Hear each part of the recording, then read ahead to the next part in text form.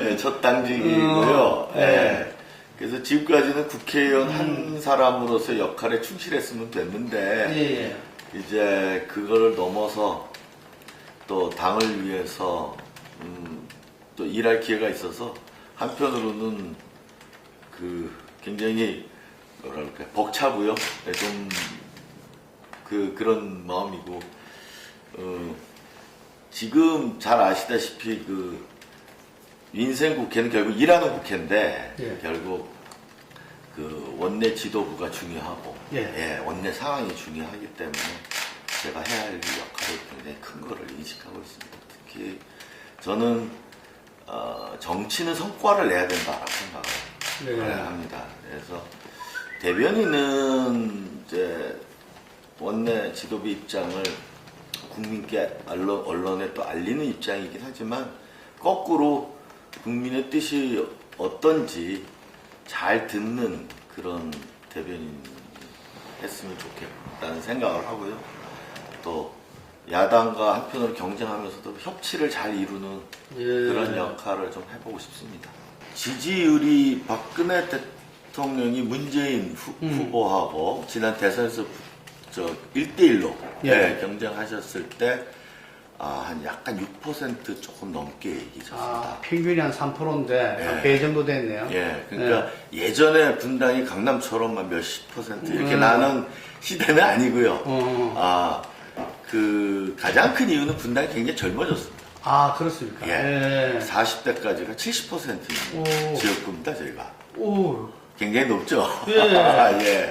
굉장히 높고, 저는 감히 분당 제 지역구가 정치 1번지라고 생각을 하는 이유가요. 첫째, 굉장히 학력이 높고요. 근데 소득 수준이 딱 중산층이고, 셋째로 굉장히 젊은 지역구입니다. 그래서, 그러면서도 투표율이 굉장히 높습니다.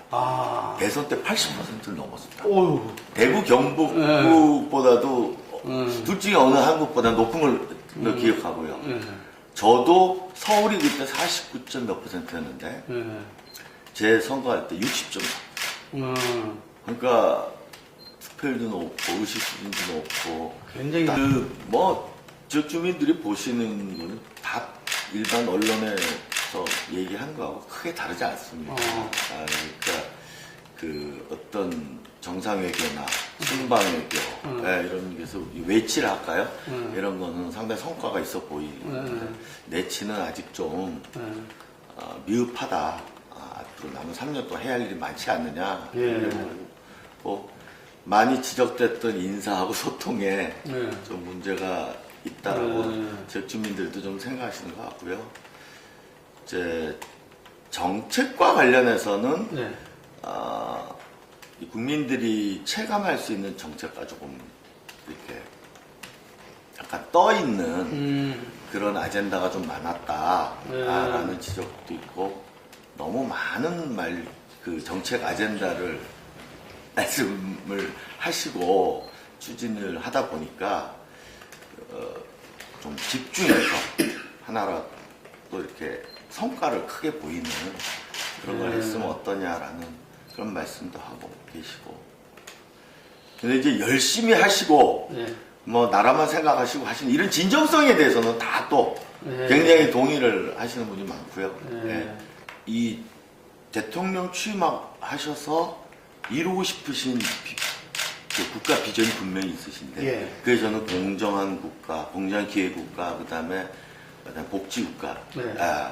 경제 성장을 빠르게 한 게 아버지 박정희 대통령의 성과라면 그 행복한 사회를 이루기 위해서는 공정한 기회와 그 복지가 완결되는 이 국가를 꿈꾸셨던 건 변하지 않으셨는데요. 국민 행복 시대. 국민 행복 시대. 근데 경제가 어렵다 보니까 그것을 빨리 좀 활성화시키기 위해서 이런저런 정책을 하면서 조금은 흐트러진 감이 저는 좀 있다고 생각해요, 도리어. 그러니까 경제 민주화도 꾸준히 추진했어야 됐다. 저는 좀 그렇게 보는 입장이고요. 왜 그러냐 하면 지금 경제 활성화를 위해서는 이제 내수가 진작이 돼야 된다고 그러는데 이제 다들 그게 동의하는 것 예, 같아요. 사후적으로 분배가 악화된 것을 치유하는 게 복지라면요. 네. 사전적으로 분배를 개선할 분배가 제대로 될 수 있는 경제가 돼야 돈이 밑에서 돕니다. 예, 예. 돈이 지금은 위에서 일부 사람들한테만 돌고 밑에서는 쓰고 싶어도 쓸 돈이 없고 네. 그럼 이거는 결국 그렇다고 성장을 우리가 아주 못한 것도 아니거든요. 네. 네, 사실. 근데 그러면 결국 위에서 아래로 돈이 돌아줘야 네. 되고 그래야 밑에서도 돈이 돈다. 네. 저는 이렇게 생각을 하는데 이 위에서 아래로 돌리는 이것이 경제 민주화. 그 낙수 효과가 이제는 이게 안 되는 것이 이제 이미 경험으로 입증이 됐기 때문에 이제는. 네, 그래서 그렇죠. 대기업이 수출해서 번 돈이 어떻게 해서 중소기업으로 내려갈 수 있게 돼야 되고요. 한 가지 더 말씀드리면 이거는 이제 분배를 개선해서 경제를 좀 좋아지게 만드는 이 효과라면 새롭게 파이를 키우는 성장 동력으로 창조 경제를 말씀하셨습니다. 그렇죠. 근데 저는 창조 경제를 위해서도 경제 민주화가 반드시 돼야 된다고 생각을 했어요. 예, 예. 그 이유가 창조 경제에서 지금은 삼성전자나 현대자동차 이런 대기업들도 인정하는 건데요. 네. 자기네들은 혁신하는데 한계가 있다는 걸 인정합니다. 본인 스스로는. 네, 이미 덩치가 너무 커졌고요. 네. 글로벌 마케팅 능력이나 또는 생산 능력은 아직 대기업 뛰어나죠. 예. 그런데 새로운 혁신, 즉 캐치업이 아니라 네. 완전히 새로운 아이디어와 제품을 내놔서 혁신을 리드해 가기에는 자기네들 구조에서는 R&D에 많이 투자한다고 되는 게 아니다라는 걸 인정을 합니다. 네. 그럼 그걸 누가 하느냐면 결국 벤처하고 중소기업이에요. 네. 근데 벤처와 중소기업이 그동안 했던 거를 사실은 대기업이 기술을 편취해 간다랄지 네. 또는 아주 싸게 사가 버린다랄지 네. 이런 일을 했던 게 사실이거든요. 네. 그러니까 생태계를 죽여버렸습니다. 네. 그렇게 되면 결국은 창조경제의 생태계와 씨앗이 없어져 버리는 거거든요. 네. 그러니까 창조경제의 근본은 생태계를 구축하는 게 저는 진짜라고 생각하고요. 어떤 센터를 설립하는 것도 중요하지만 대기업을 중심으로 센터를 설립하는 것도 뭐 단기적으로는 필요하겠지만 근본적으로는 생태계를 조성해야 되고 그것의 밑바닥에 그것보다 더 밑바닥에 있는 건 경제 민주화다. 근데 사실은 대기업에 있는 사람들은 우리가 그 혁신을 이루는 한계가 있다는 그게 아니라는 거죠. 사석에서 만나면 그렇게 얘기를 합니다. 예. 네. 저도 들은 것 같습니다. 예. CJ에 있는 친구들도 그런 예. 이야기를 하더라고요. 예. 그리고 자기네들이 과거에 그렇게 이제 조금 시쳇말로 후려치고 그래가지고서는 그 씨앗을 네. 어떻게 보면 살리지 못한 것이 예. 자기네들이 실수라는 것도 오히려. 인정합니다. 예, 그러니까. 그런 거를 그것을 다시 바로 잡는 것부터가 저는 출발이라고 생각합니다. 단기적으로 경기를 부양하기 위한 조치는 모든 걸 다 써보는 것 같아요. 다 쓰고. 예. 좀 보수적인 관점에서 하는 것들이 이제 예를 들어 규제 완화, 뭐 이런 정책들이고요. 그리고서는 조금 그 진보적인 입장에서 본서 얘기하는 게 최저임금 인상이나 또는 뭐 하여튼 그 소비를 진작시키기 위한 하고 또 뭐 이제 금리도 인하하고 이런 건 또 보수적인 거고. 그러니까 뭐 어느 그거 할 거 없이 할 수 있는 거는 경기를 그거를 다 해보고 있는 상황이 아닌가라는 생각이 좀 들고 구조적인 계획을 하는 노력은 좀 약하다. 노동 문제에서 제가 이제 일하는 사람 행복한 사회 이거를 걸고서 출마를 했는데요. 제가 이제 83년부터 이제 노동 문제를 공부하기 시작했으니까 꽤 됐습니다. 그리고 제가 이제 교수 때는 이제 버스 타고도 많이 다니면 이제 광역 버스를 아침 일찍 서울 가는 광역 버스 타면 이제 뭐 학교 가는 학생부터 또는 샐러리맨들 이렇게 같이 타고 가는데 일을 하는 사람은 지쳐 있거나 그렇죠. 또는 임금이 적으니까 오버타임을 해서 응. 월 150이라도 가져가려는 주부님들 대한 말씀. 그러니까 일을 하시는 분들도 행복해하지 않으시고 네. 청년들은 또 일자리가 없어서 네. 그러니까 이게 참 그 문제에 대해서 제가 굉장히 좀 제가 전공인 그래도 명색이 노동을 공부한 사람으로 책임감을 좀 많이 느끼고 그랬습니다. 이 노동 정책은 성장과 관련해서는 먼저 말씀을 드리면 성장과 관련해서는 사람이 답니다 이제는. 예. 우리가 제조업도 제조업을 다시 올리는 것도 결국은 이제 R&D를 강화해서 즉 지금 삼성전자도 생산 기준 많이 나가 있고 결국 수원에는 R&D 인력만 수만 명 있거든요. 예. 결국 그 연구 개발 인력이 어떻게 하느냐에 따라 제조업의 성패가 달려 있고요. 어떻게 중개 추격을 뿌려치느냐. 예. 중개 저렇게 빨리 쫓아오는 것도 결국은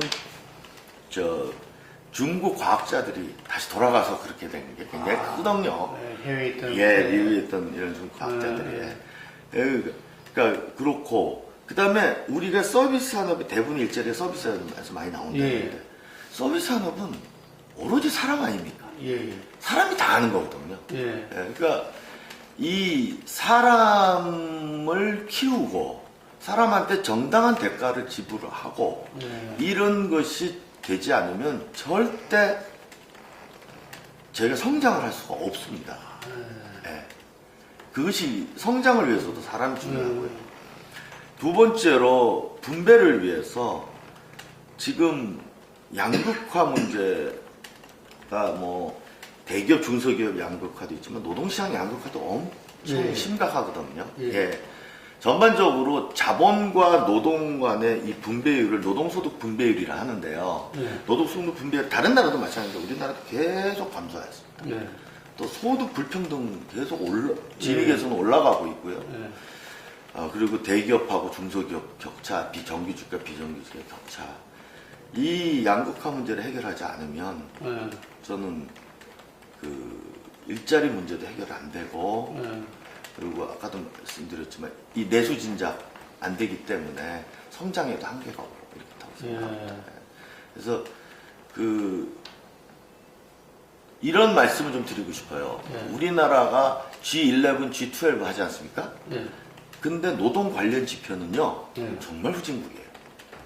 한 30개국 넘게 OECD 국가를 중심으로 30개국 넘게 그 통계를 보면요.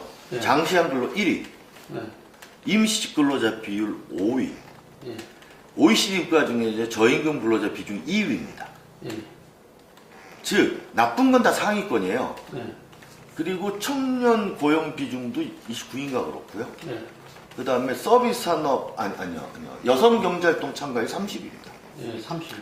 그러니까 좋은 거는 또 하위입니다. 그러니까 이런 거를 고쳐갈 길이 굉장히 멀지만 하나씩 지금부터 해야 된다고 저는 생각합니다. 있는데 첫째로 저는 몇 가지 원칙을 가져야 된다고 생각하는데 첫 번째 원칙은 가능하면 쓰지 말자라는 사회적 공감대가 있어야 됩니다. 쓰지 말자. 가능하면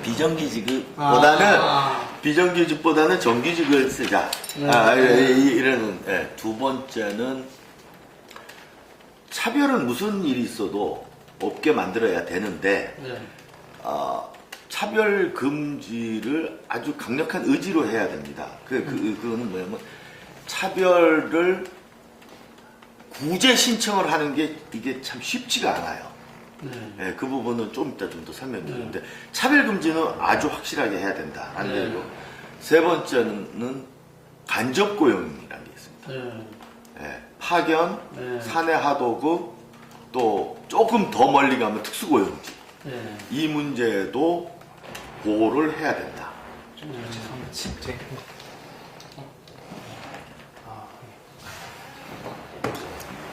제 겁니다.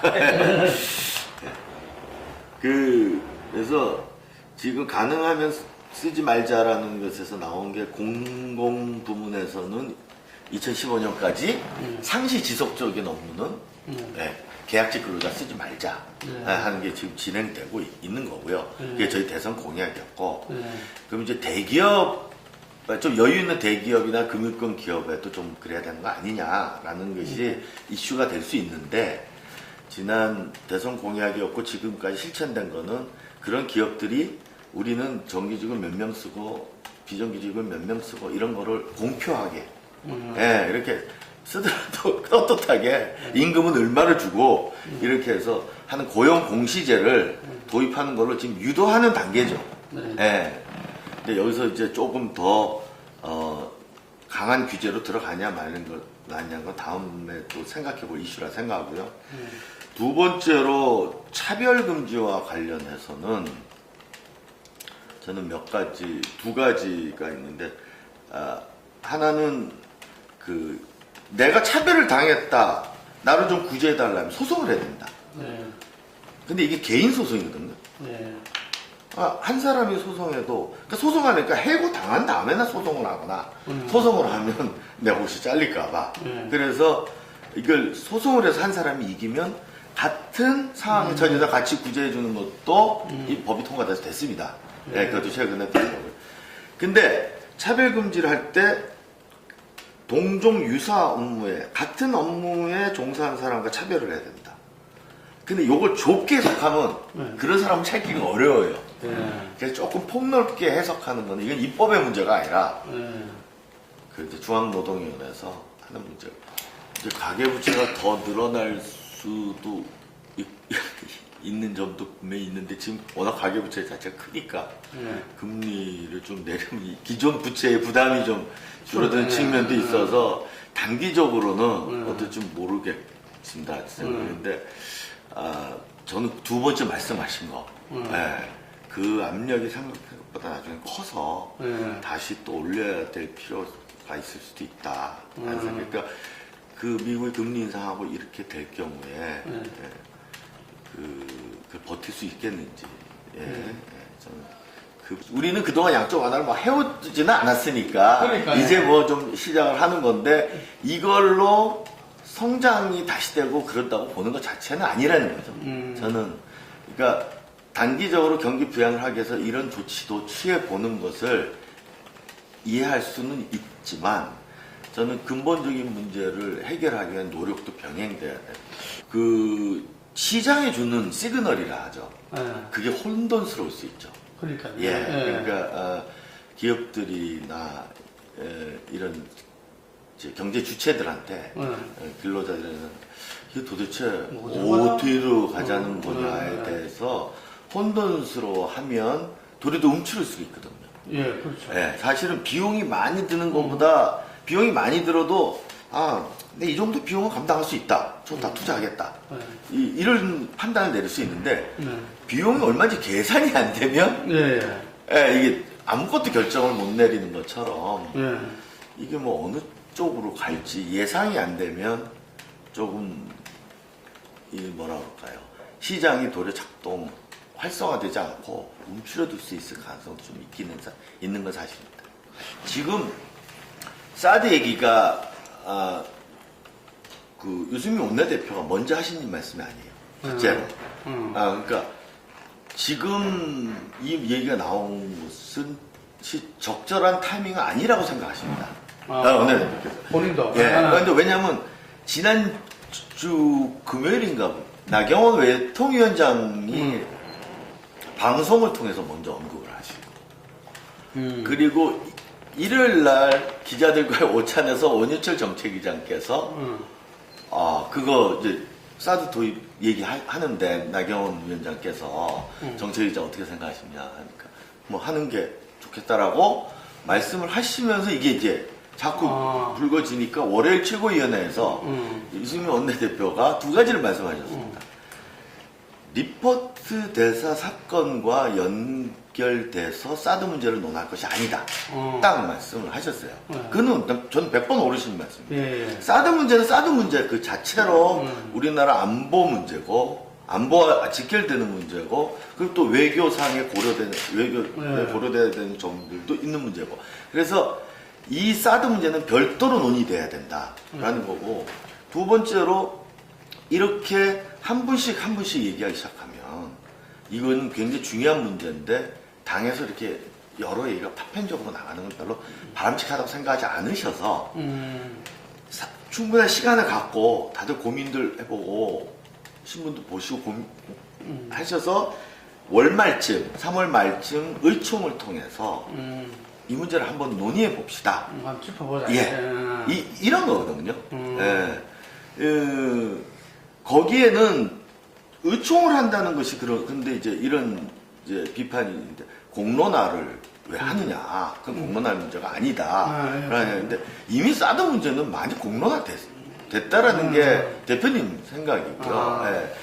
이거는 우리도 한 번은 이 문제에 대해서 설명도 듣고 전문가 의총이라는 게 우리끼리만 나가서 얘기하는 경우도 있지만요. 관련 부처 장관이나 또는 전문가, 실무자나 또는 전문가 얘기를 듣고 저희들 생각을 한번 서로 나눠보는 그런 경우도 있습니다. 그래서 이거는 입법의 문제면 저희들이 끝장 토론을 할 수도 있는지 저희가 결정해야 될 문제인데, 예, 최종적으로는 이건 입법의 문제가 아닙니다. 결국은 정부가 판단하고 결정하는 문제인데, 정부가 판단하면 예 그렇게 하겠습니다가 아니고, 저희들도 연구를 해보고 국민의 소리를 들어보니까 이거는 이렇게 한다는 의견이 더 많고 이런 의견도 있습니다. 소수 의견이라도 이런 얘기 있습니다라고 전달을 해야 되는 게 저는 국회 역할이라고 당의 역할이라고 생각하고요. 두 번째로 지금까지는 지도부가 결정을 하면 의총에서는 우리가 이렇게 결정했으니 따라오라 라는 식이었습니다. 근데 유승민 원내대표는 두 가지를 얘기를 하면서 원내대표가 되셨습니다. 하나는 당의 입장을 정해서 당의 입장을 전달하겠다. 우리 당이 주체적으로 결정을 하거나 청와대나 정부에 전달하겠다. 첫째고요. 당의 주체성을 얘기했고, 두 번째는 이것을 지도부 몇 사람이 그냥 결정하지 않겠다. 항상 그 의견들 충분히 수렴해서 결정하겠다 그랬거든요. 의총이 그겁니다. 그래서 의총은 단순히 사드뿐만 아니라 앞으로 굉장히 자주 열릴 겁니다. 길게 그것도. 지금까지는 본회의하기 전에 30분 딱 열고 좀 형식적이었죠. 한 5분 10분 남았으니까 자유발언 좀 자제해 주시고 이렇게 결정됐으니까 따라와 달라는 식이었는데 그러니까. 그렇게 하지 않겠다는 겁니다. 리포트 대서 필습 사건과 관련해서 사드를 연결하는 건 말씀드렸다시피 그거는 적절치 않고 그래서도 안 된다고 생각하고요. 이거는 테러라고 생각합니다. 한미 동맹에 대한 테러입니다. 예. 왜냐하면 리포트라는 개인을 공격한 게 아니거든요. 그렇죠. 미국의 얼굴을 공격한 거기 때문에 이거는 분명한 한미 동맹을 깨기 위한 테러고, 그 다음에 지금 하고 있던 훈련을 전쟁 준비 훈련이라고 했기 때문에 저는 명백한 종북주의자의 행동이라고 생각합니다. 근데 이거를 계기로 대테러 방지법 이것에 대해서 논의를 하자는 것도 맞다고 생각합니다.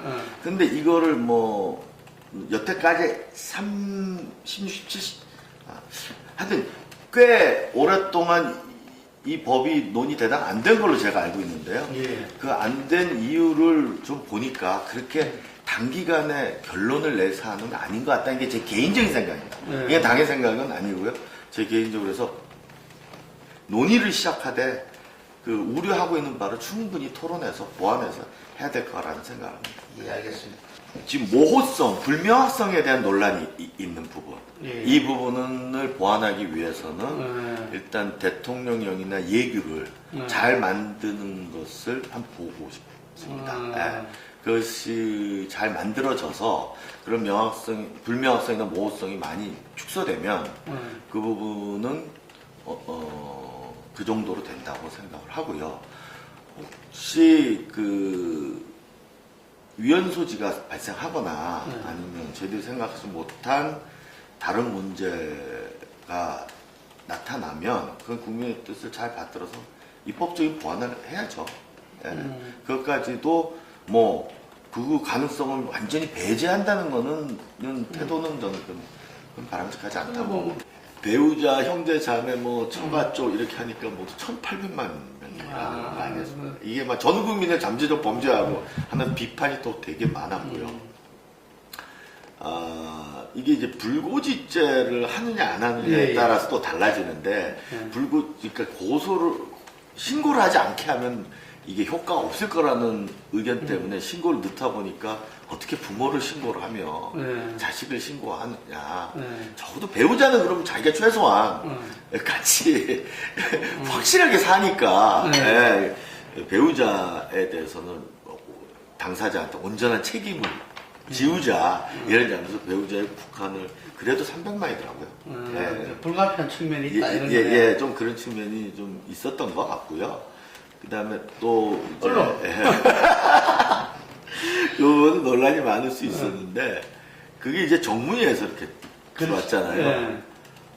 근데 이게 의총에서 솔직히 말씀드리면 의총에서 그 부분에 대해서 문제 제기가 야당도 없고 저희 당내에서도 없었습니다. 언론만 시끄럽겠는데.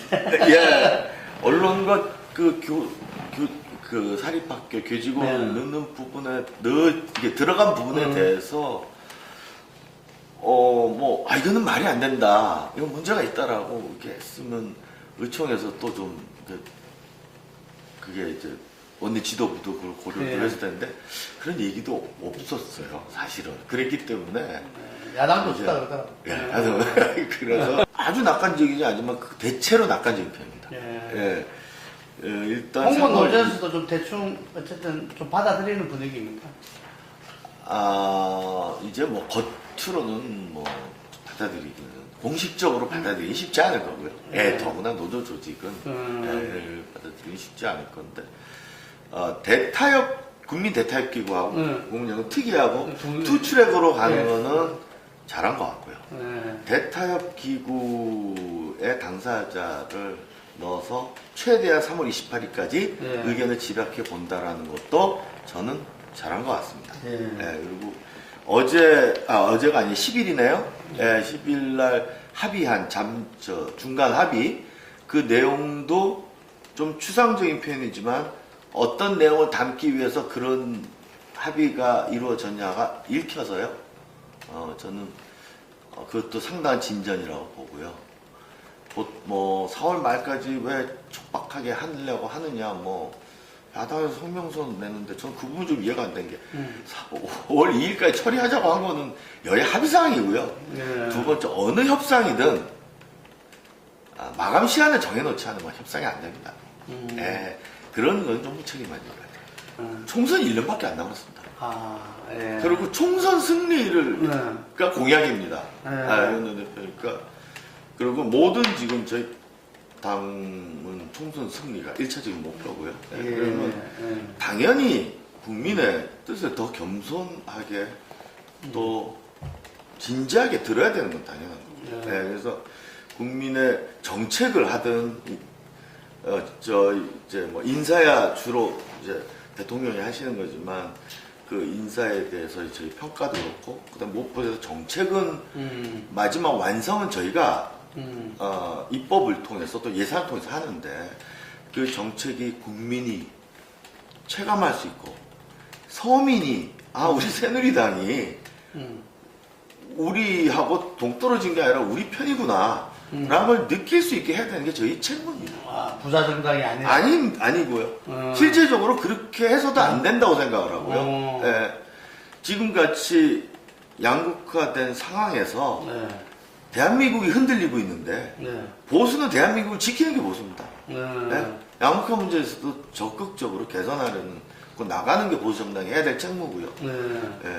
서민이 저희 지지자입니다. 자영업주가 저희 지지자고요. 맞아요. 그분들한테 우리가 확실하게 더 지금의 팍팍한 삶에서 더 나아지는 생활로 바뀔 수 있도록 저희들이 당연히 그렇게 해야죠.